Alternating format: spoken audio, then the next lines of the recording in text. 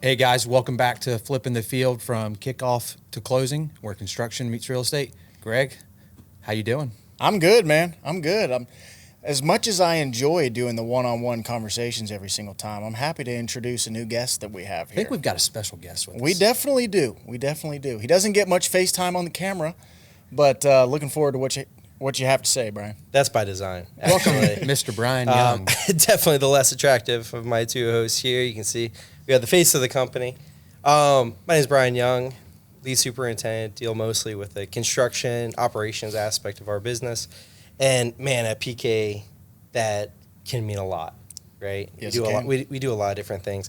Anything from ORing to putting together a PVC goalpost so you guys can go to conferences and speak, generate some excitement about the things that we do. So I think of myself less of a lead superintendent, more of an operations lead, just because we don't just build projects. We do a lot of other cool stuff. Brian, why don't you give a little background on your history in construction? I know you have a very, very strong background in projects you've worked on, and just tell us about the fun stuff you've done. Absolutely. And I got to preface this too. And every superintendent does this. Every person in construction does this. We tend to use the first person when we talk about our projects. Like, I built, we did whatever. And I got to say, none of these projects that I did were in a vacuum. They all had great teammates with, awesome support. Greg, we were my teammate at one time. We're teammates again. Yep. And so, I just got to preface that, it's never, on any project, it's never a one-man band. But I had the great fortune of being a part of some pretty cool ones as far as, the built world goes, right? So early in my career, I started out in pre-law in college, so I wasn't even interested in construction. I definitely fell into it. No pun intended. There is a pun there. So went in blind. Started doing internships into the, big industrial world. They were doing the, kind of big, interesting, grandiose projects. And I thought, hey, if I'm going to be a builder, I want to build stuff that's going to stand test of time, that's going to move society forward. There's no shame in, building smaller projects, local projects, and it's what we do now, and I'm very proud of it. But early in my career as a young man, I had this really grandiose vision, right? So that's what I headed towards. So, got to work with Amick Foster Wheeler. They're now the Wood Corporation. They got bought out. They're a huge international EPC company. Got to be on some recovery boiler projects, and we're talking hanging, a boiler that's the size of 2 school buses, 300 feet in the air. We got to do Mesquite Solar, one of America's largest solar fields. Very privileged to be a part of that, just to see just the scale of what renewable energy can be and how it's actually being utilized in America today, and how that infrastructure actually gets put in place and all the moving parts to deliver power to places like Tijuana, to San Diego. When I started my, actual career, I started, being a builder, got to work with Kiewit, got to do the Dulles Silver Line project with, again, huge team. That was a multi-billion-dollar project. If you fly into Dulles International Airport and you hop on the metro and you head into D.C., just know I'm smiling on you. So those are some keystones. Now, but I got homesick, right? Moved back to South Carolina. Moving around, working 7 days a week was good. But I wanted to be back home. I wanted to be around my friends. So I came back and went to Clemson. So South Carolina is just really, really special place in my heart. So I decided to bring the show here back to Greenville. And again, just got lucky and I fell in with DPR with a great team, great project manager. A guy named Adam Hoots was first PM there. We did a BMW Hall 52 with, who I consider my greatest mentor, a guy named Brett Pittman. And man, almost like a father figure to me, and just taught me everything that I know now. Him, and there's a couple other mentors that I had, but Brett really kind of shaped me as a superintendent. And after BMW Hall 52, we got to do, that's when I met you, Greg, we got to do the softball stadium together. Yep. At Clemson, which doing a project at Clemson, at your alma mater, I mean, dude, special. There's a lot of misty-eye nights. Those are good times. And then, afterwards, you able to do College of Business, right? And that was an E&R. That was a top, not one top. It was the top education project that year. And so being able to be on a team that did an E&R number 1, I mean, I really didn't know where a career would go from there. I didn't know, how, if it could get better. And then they told me, hey, you're going to be doing healthcare. And I heard some horror stories. Healthcare's hard. It's is hard. dangerous. You're dealing with people's health. And I didn't want any part of it, man. I was like, why? We did really good at College of Business. Why are you doing this to me? And that's where I met Allison Anderson, another amazing mentor. And, she kind of brought me into the healthcare world, right? And, got to see what it meant to build buildings that heal people and how special that is. And definitely, was a highlight of my career, being able to do the pharmacies at the Eastside Women's Health Center, at the Cancer Center here in Greenville. That was during the height of COVID, right? That's one of those facilities held half the COVID vaccines for the upstate.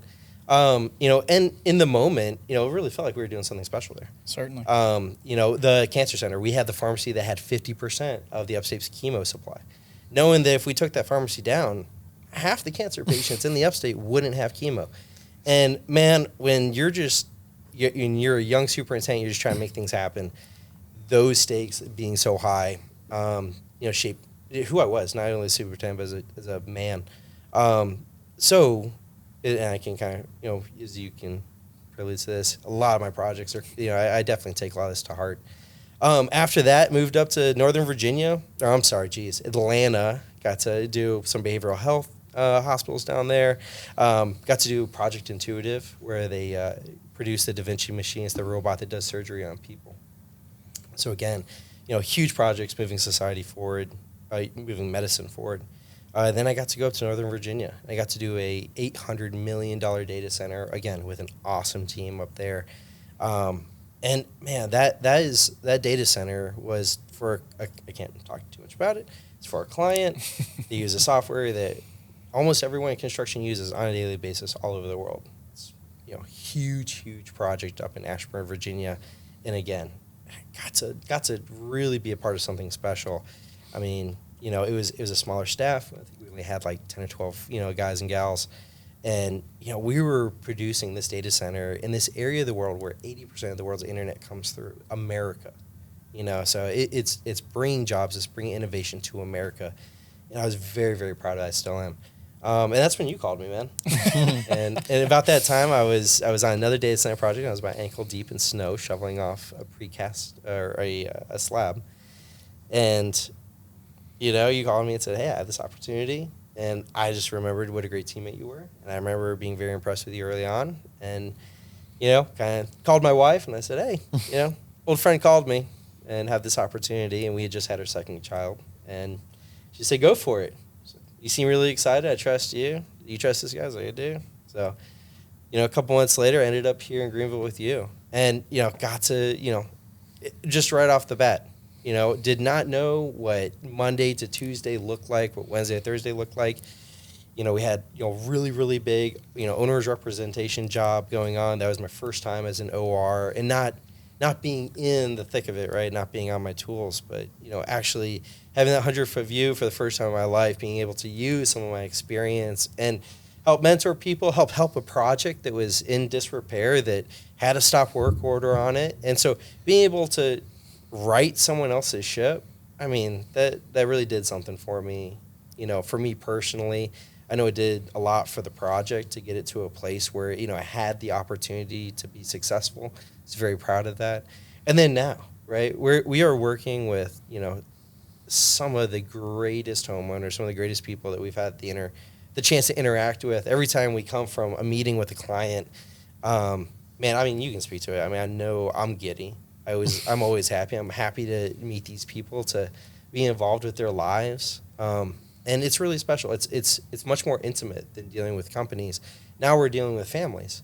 And, having a family of my own, when we walk through a house and I see kids' toys, or I see where these people are raising their family, and I know that I get to be a part of that to, physically manifest, the upbringing of their family and help them with that. It really gives me a lot of satisfaction, and it really makes what I do easy. And it can be challenging. And this, man, like, so much time away from the family, so much time here, making phone calls, being on site, making sure people are taken care of. But it makes it worth it because we're fighting the good fight. We're building stuff for the community, right?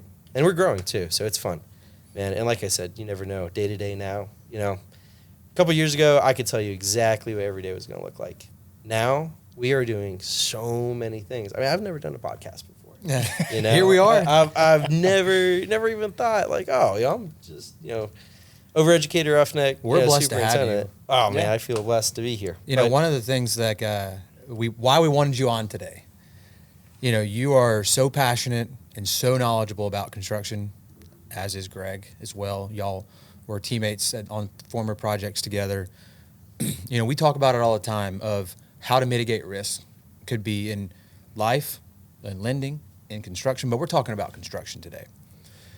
When you look at a project, Greg as well, we'll go, Greg, what's one thing that you look at during pre-con of how you can mitigate any construction risk? Could be really anything from a broad stroke in the beginning to save a project. Could be cost, could be schedule.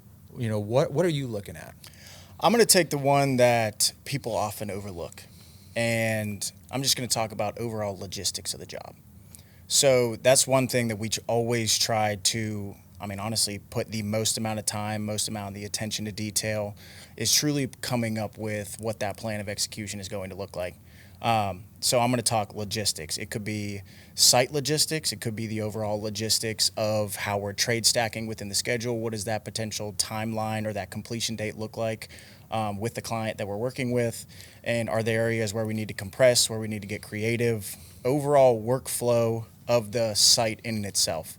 A lot of people overlook that. And I know it's like, okay, yes, we're talking about residential construction. If we're talking about a single individual lot, there's only so much that you can do. Yeah. But at the same time, you're not coming up with, or a lot of builders don't actually take the time to put together material staging areas, material laydown areas based off particular phases of the job.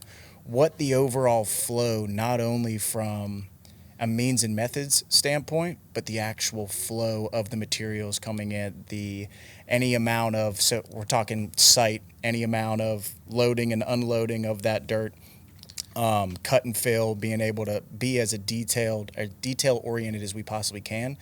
I want to kind of highlight. You mentioned something I don't want to overlook because I know you're passionate about this. Yeah.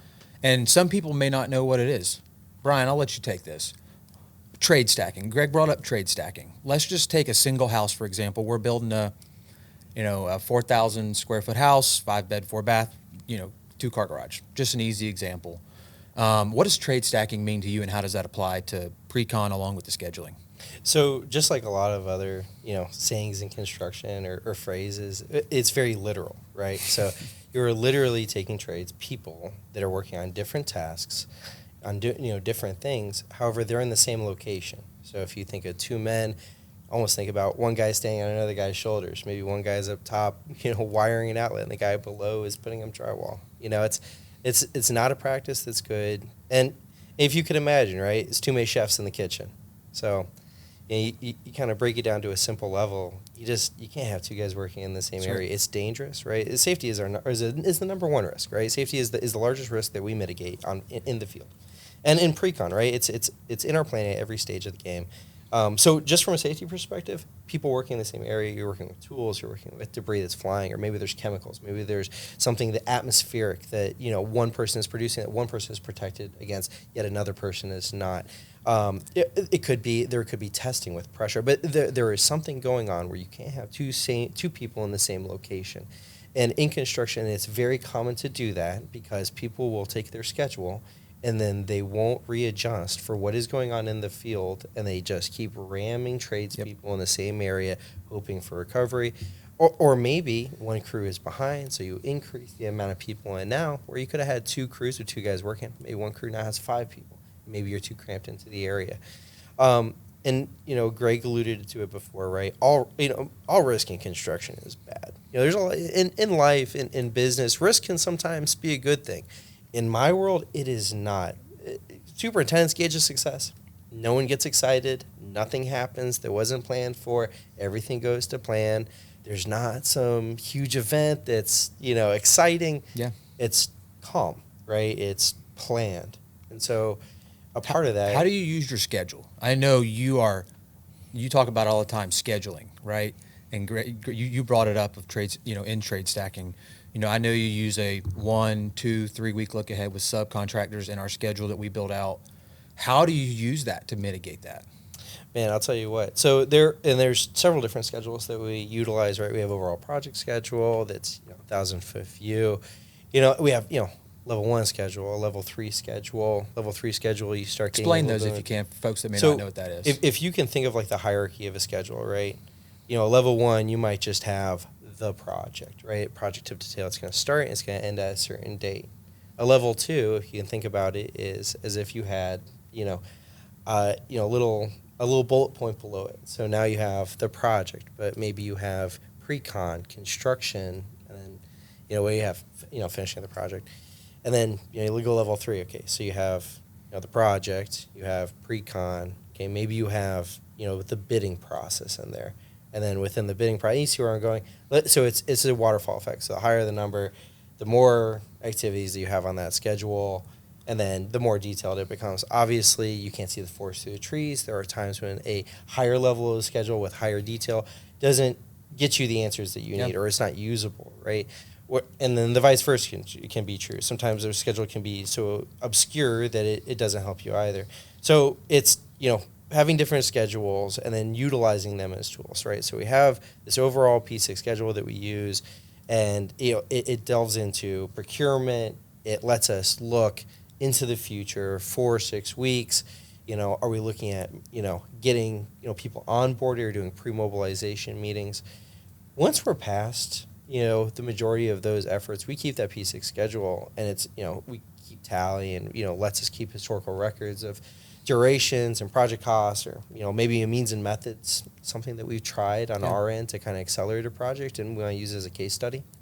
But, on the day-to-day, we'll break that down to, hey, our foreman, they're getting a weekly schedule. What are our expectations at the end of each week, right? And a lot of that schedule is managing expectations. Well, we've talked about it many times. You mentioned managing expectations.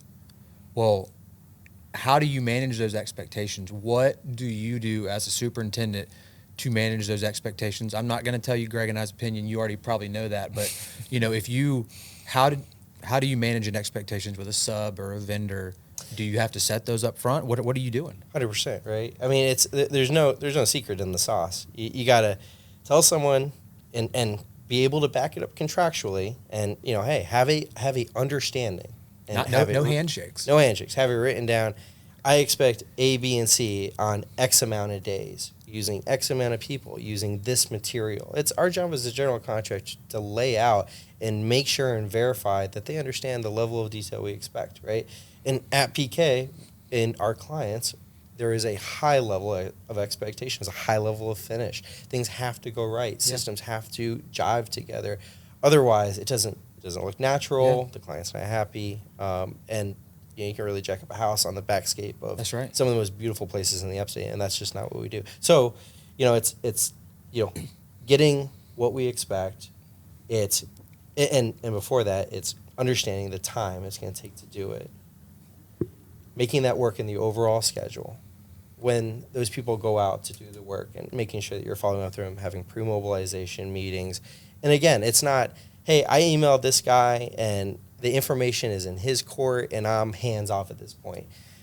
That's a very lazy way to do work. It's, are we keeping up with these people? Are you calling them a week out? Are you calling them hey, are you going to be out there tomorrow? Is it the same crew that we talked about? What's your foreman's phone number? It's, when's your material delivery? How is your material getting delivered to site? A lot of my job is asking questions in that phase. It's, hey, did you think through everything that we had talked about before?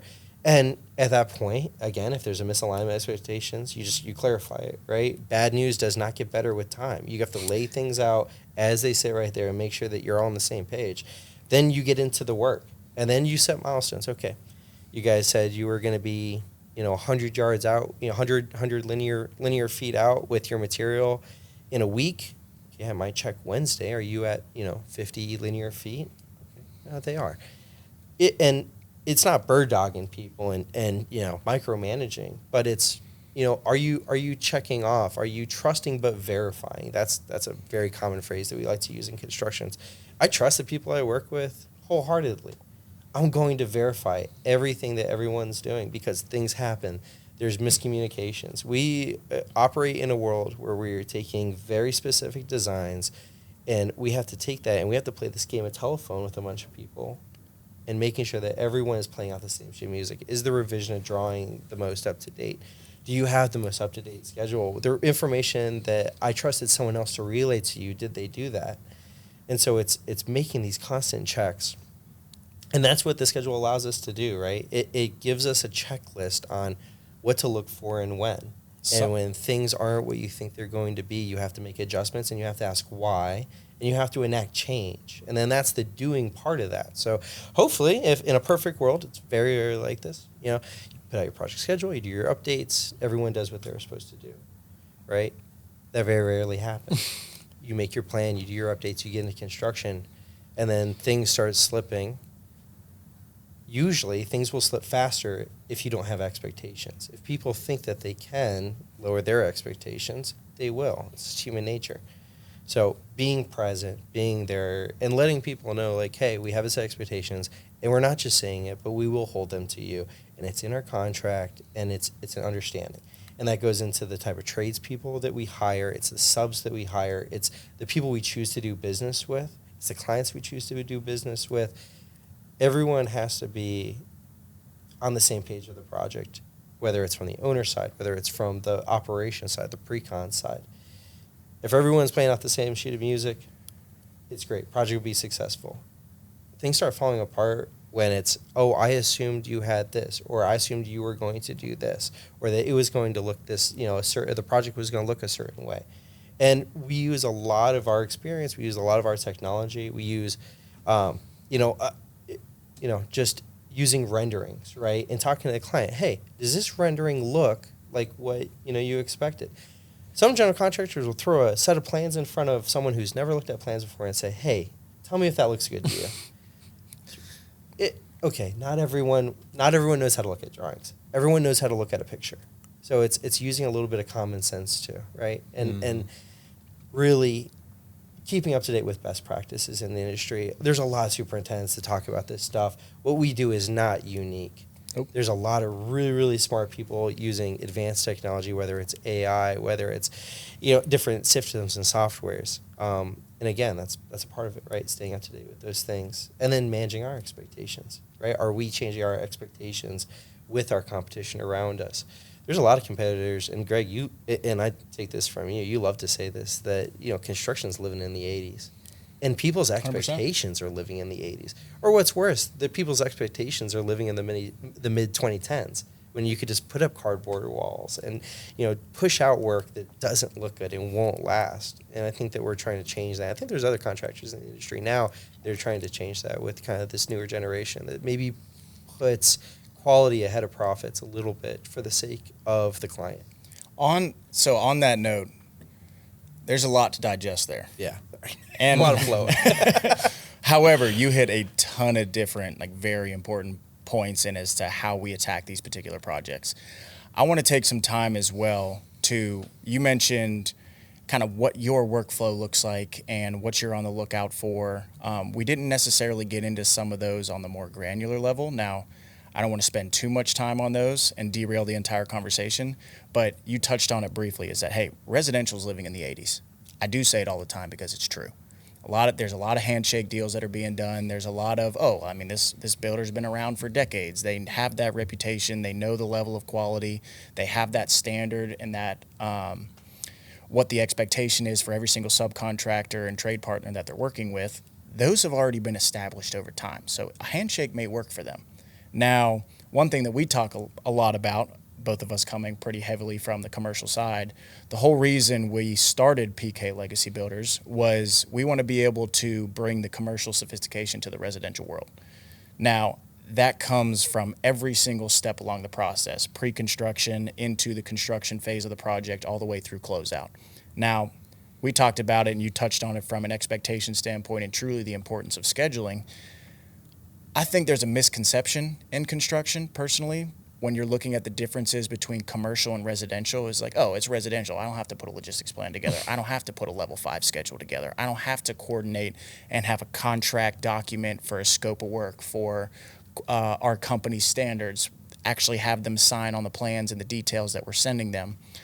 There's a misconception, and that's just how residential has been ran. But you touched on it. There's systems in place, softwares in place that a lot of residential builders aren't making use of. For an example, Christian and I went to the International Builders Show down in Atlanta, and that was just a conference. I was on a panel, and the other guys on the panel that were up there probably average between 100 to 400 homes per year. Listening to some of their systems and what their process and how they attack individual projects. Like as an example, there's one guy that he has a WhatsApp chat on every single project that he has with every single subcontractor in that group chat. That's how he handles all of his correspondence. It's like, okay, and this guy's doing 250 builds a year.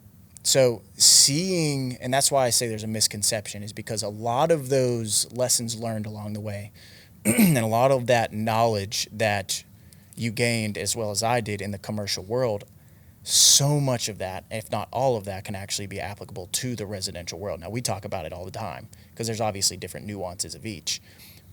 Highlighting some of those risks, I want to understand, you mentioned as you're going through the schedule, it's like, hey, time's actually going to start slipping.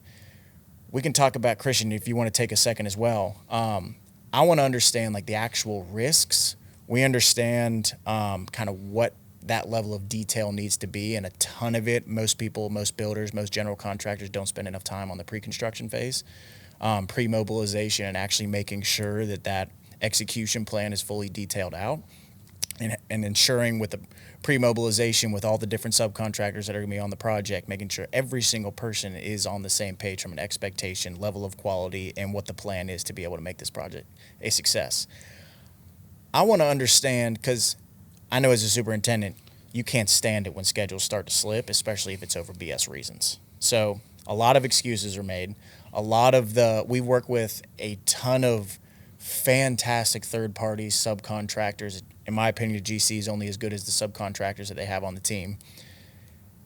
Every single company, person, superintendent, project manager, everyone has a learning curve early on in their career, where you have to go through that learning curve of, okay, who are the people that I can actually trust? I'm going to verify every single one of them.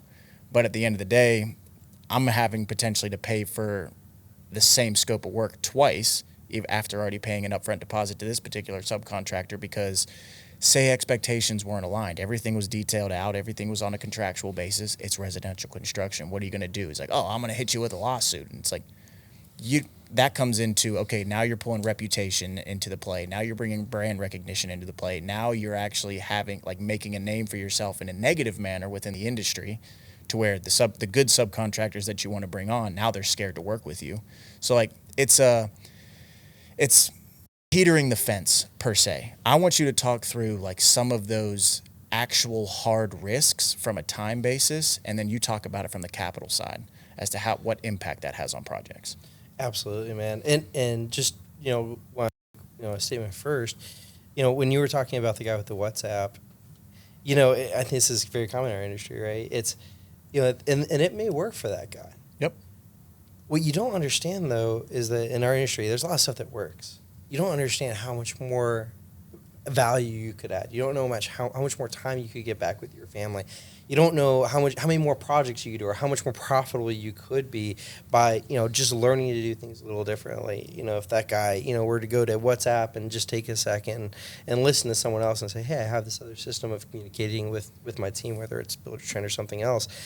Who knows? Maybe that guy, takes his past experience, which I'm sure he has a wealth of, and maybe he increases his profits 200% because he can do double the amount of work, because he can manage double the amount of people. We live in an industry where we are literally still whacking one thing with another to put a nail into a board to stack things together. We are very resistant to change, and I think that's changing. Yep. Right? It's very exciting to see, and and we saw it firsthand, right? When's the first time you saw an iPad on a construction site? People look at you like you had six eyes. You're like, oh, it was Buzz Lightyear coming through. And now you're not walking on a job site without hitting. Everyone's got an iPad. Every foreman's got an iPad. Shoot, there's some guys with heads-up displays in their hard hats. It looks sci-fi out there. Drones flying overhead autonomously. We have a drone that flies overhead autonomously in residential. So that's exciting. And all of that to say, it's exciting.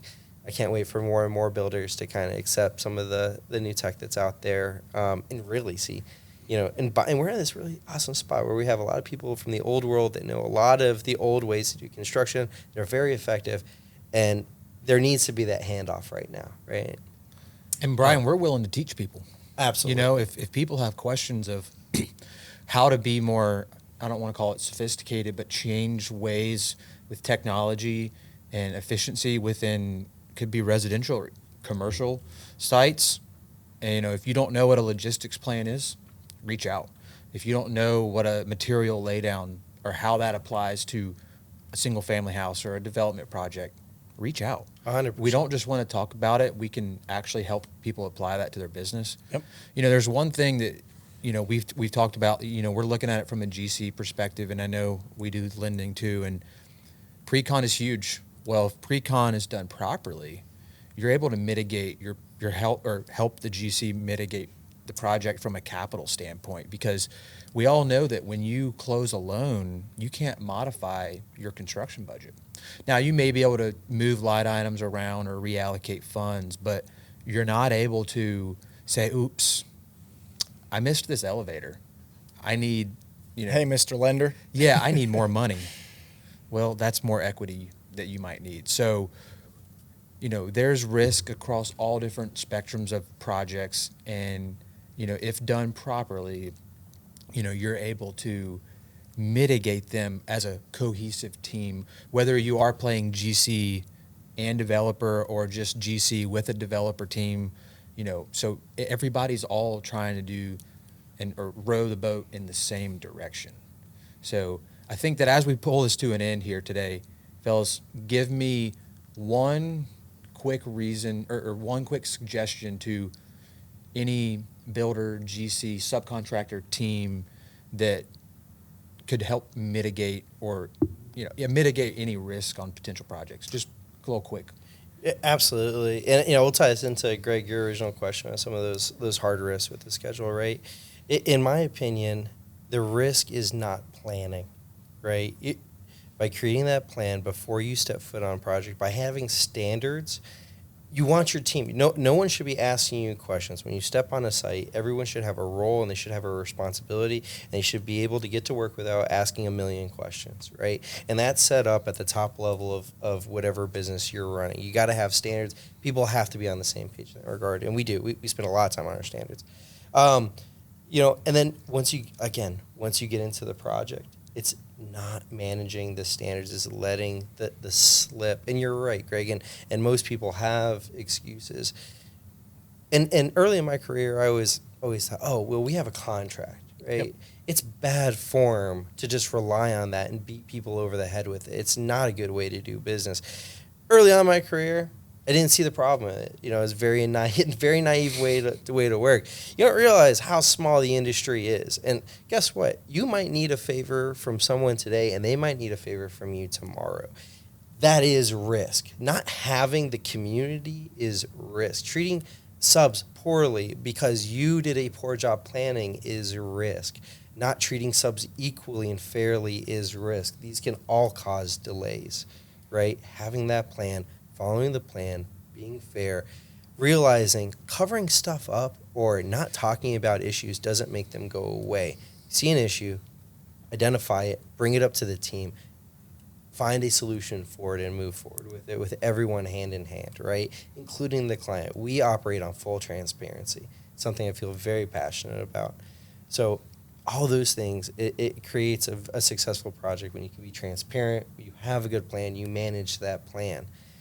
At that point, there's no secret to the sauce. Yep. Right? Everyone knows what's going on. When something doesn't happen to plan, you mitigate, you enact change, and you move forward, you press on, you record what happened, and you try not to make it happen again with future planning, right? You learn from your mistakes, and you're not too prideful to learn, right?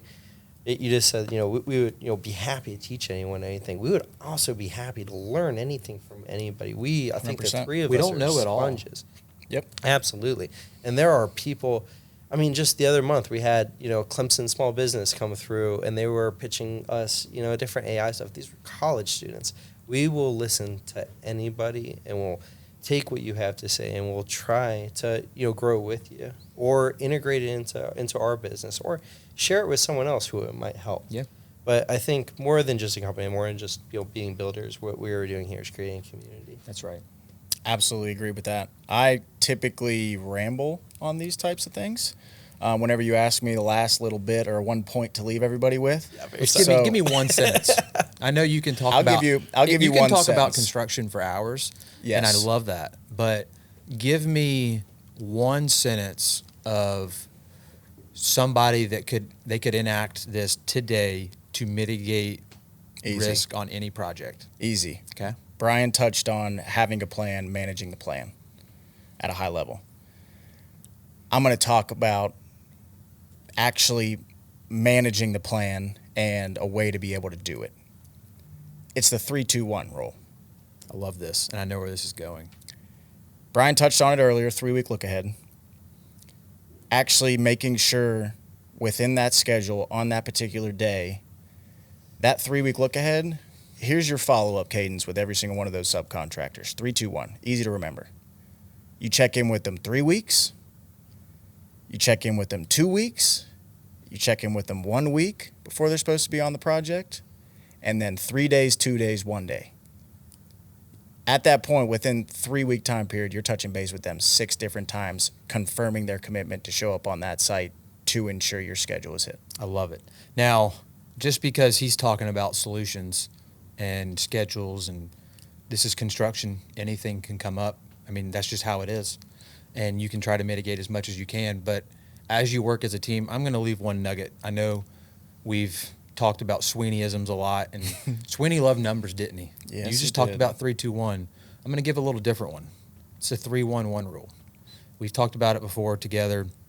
If there's a problem, and you have to present stuff to a team. Love this. So I want, if somebody has a problem, I want one problem, 3 solutions, and 1 suggestion. So I don't want somebody to come to me and say, hey, there's something wrong with these plans, or the schedule's going to be slipping because of this, and they just stop and don't bring up anything else. They throw an RFI at the architect. Boom, here you go. Here's a problem. Now you fix it. Yep. Well, guess what? We're solution-oriented people. I want you to bring me a problem, which is fine, or the team. But I want you to bring me 3 suggestions of possible fixes, and then lastly, I want you to give me your suggestion of those 3. Which one do you recommend we move Yes. forward with? And So, why? so not only are you as a team member, you're providing so much value. This could apply in any aspect of business, not just construction. But I want you to tell me what you suggest. Lastly, so 3-1-1, and you're going to find so many things fixed. Yep. Empower your people. That's right.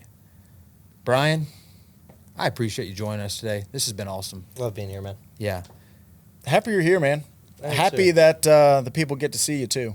Yeah. We talk about you, so now this is Brian Young. If anybody has any questions related to construction or anything that was talked about today, please don't hesitate to reach out to us. Our contact information can be found in below the show notes, also online for our website, pklegacybuilders.com. We're happy to help out with anything. So, guys, thank you for joining us today. Thanks, guys. Yeah, have a great day. All right, see ya. See ya.